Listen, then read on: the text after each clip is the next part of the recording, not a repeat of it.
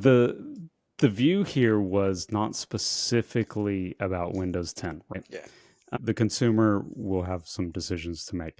But where I was going with this was because we both were reminded Ah, and yes, refreshed of COBIT. COBIT. That's right. And so, if you don't know COBIT's the control objectives for information technology. But what I love about it is it really stresses that IT should align to business goals. And it Yep. probably does it better than any other framework. And what I wanted to kind of get from here is I think that Windows 10 is kind of this crossroads, right? Where saying, hey, hang on, we have perfectly good systems.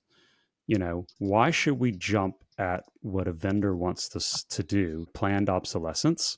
Mm. So maybe it's they went in with the hardware vendors and go and go, hey, we want to sell a whole bunch new computers in this year, so can you make it so that your new software can only use new computers? Mm. Something like that. But is going, well, if I need to go and buy a new $2,000 computer, or whatever it is, am I getting an additional $2,000 or $3,000 of benefit or value out of that than keeping what I've got? Because what I need is being fulfilled now. And I love the latest and greatest technology, and I know you do too. I'd I love was to going to say. have I'd love to have all these new hardware. My laptop is a 10-year-old Asus ZenBook that it's still churning. I put Linux on it and it runs like it's brand new.